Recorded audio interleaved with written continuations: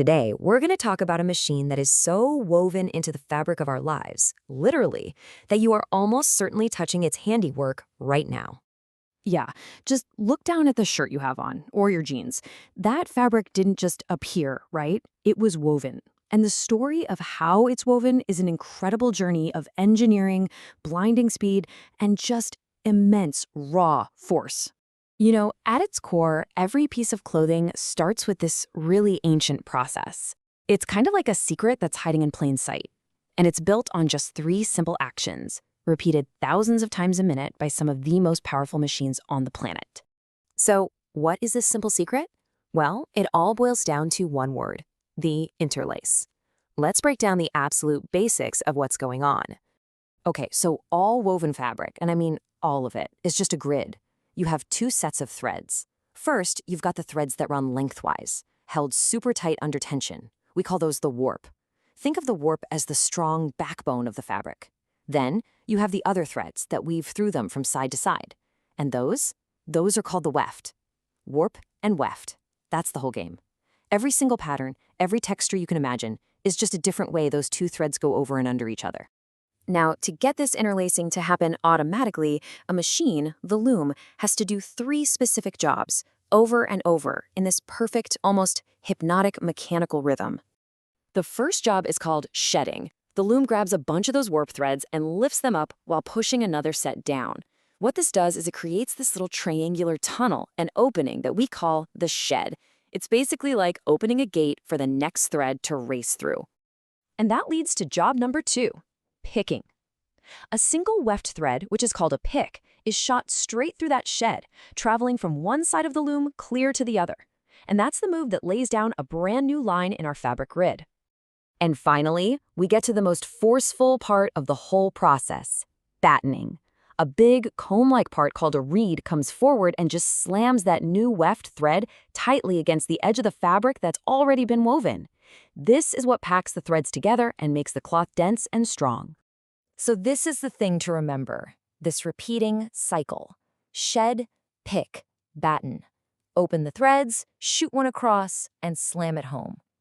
Over and over and over. That is the fundamental rhythm of every single loom that has ever existed. For centuries, this was all done by hand. I mean, slow, painstaking work. But then the Industrial Revolution came along, and it was obsessed with one thing above all else: speed.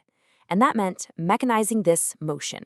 And it happened in stages, right? First, the flying shuttle in 1733 automated that picking motion.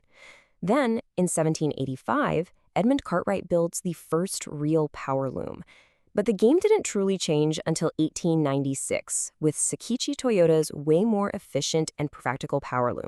The impact of Toyota's power loom was, well, it was staggering. This wasn't just a small improvement. We're talking about a productivity boost by a factor of 20. All of a sudden, one worker could run multiple machines, and that just completely changed the economics of making clothes. But, just sticking a motor on a loom was only the beginning. The next great leap was to make the loom not just powerful, but smart, to give it the ability to actually think for itself. And this was the whole philosophy that drove that next big innovation. Sakichi Toyota really believed that an invention wasn't truly finished until it was perfected for the real world. This idea pushed him to create a machine that could not only run on its own, but could also fix its own problems. And wow, this is the result, the 1924 Type G automatic loom. This machine was an absolute marvel. It could change its own shuttle without even stopping. It had sensors that could feel a broken thread and shut the machine down instantly. With 24 different automation features, a single person could now manage between 30 and 50 of these looms at once. Just think about that. Think about what that really means. The loom, using these clever electromagnetic sensors, knew if a shuttle was late or if a thread snapped. So instead of a person having to stand there watching for mistakes, the machine policed itself. It prevented defects and it prevented waste. It wasn't just mechanized anymore, it was automated. The Type G loom was a genius piece of automation, for sure, but even it couldn't solve a fundamental problem of physics.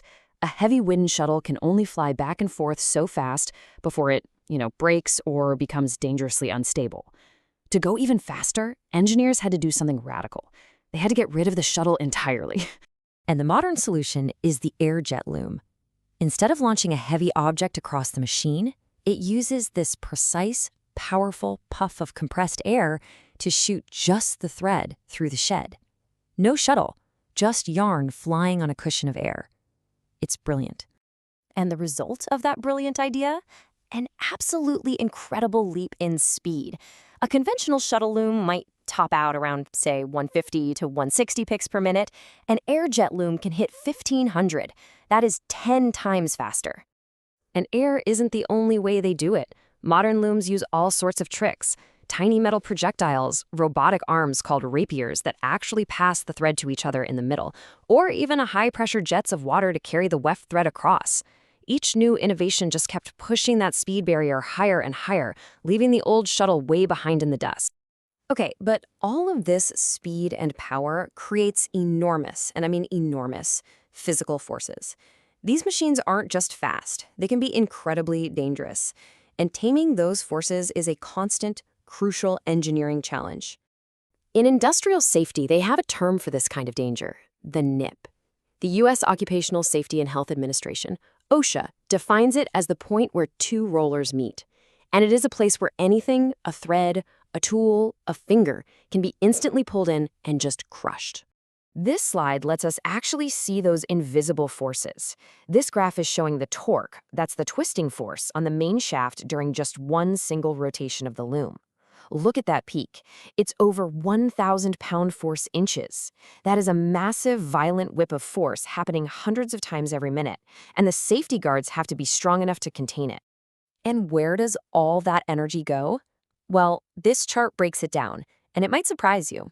A whopping 57% of the loom's total power is used for just one thing, the sleigh. That's the part that does the battening motion, slamming the thread into place. The simplest action is the one that consumes the most power. So to make these machines safe, to tame these beasts, engineers rely on some really strict rules. Shuttle guards have to act like bulletproof vests, stopping a shuttle if it flies off track. Interlocks are sensors that will instantly kill the power if a safety cover gets opened. And lockout devices make sure a mechanic can physically lock the machine off, so there's no way it can accidentally start while they're working on it. So the next time you put on a shirt, just take a second to remember the journey that's locked inside its fibers.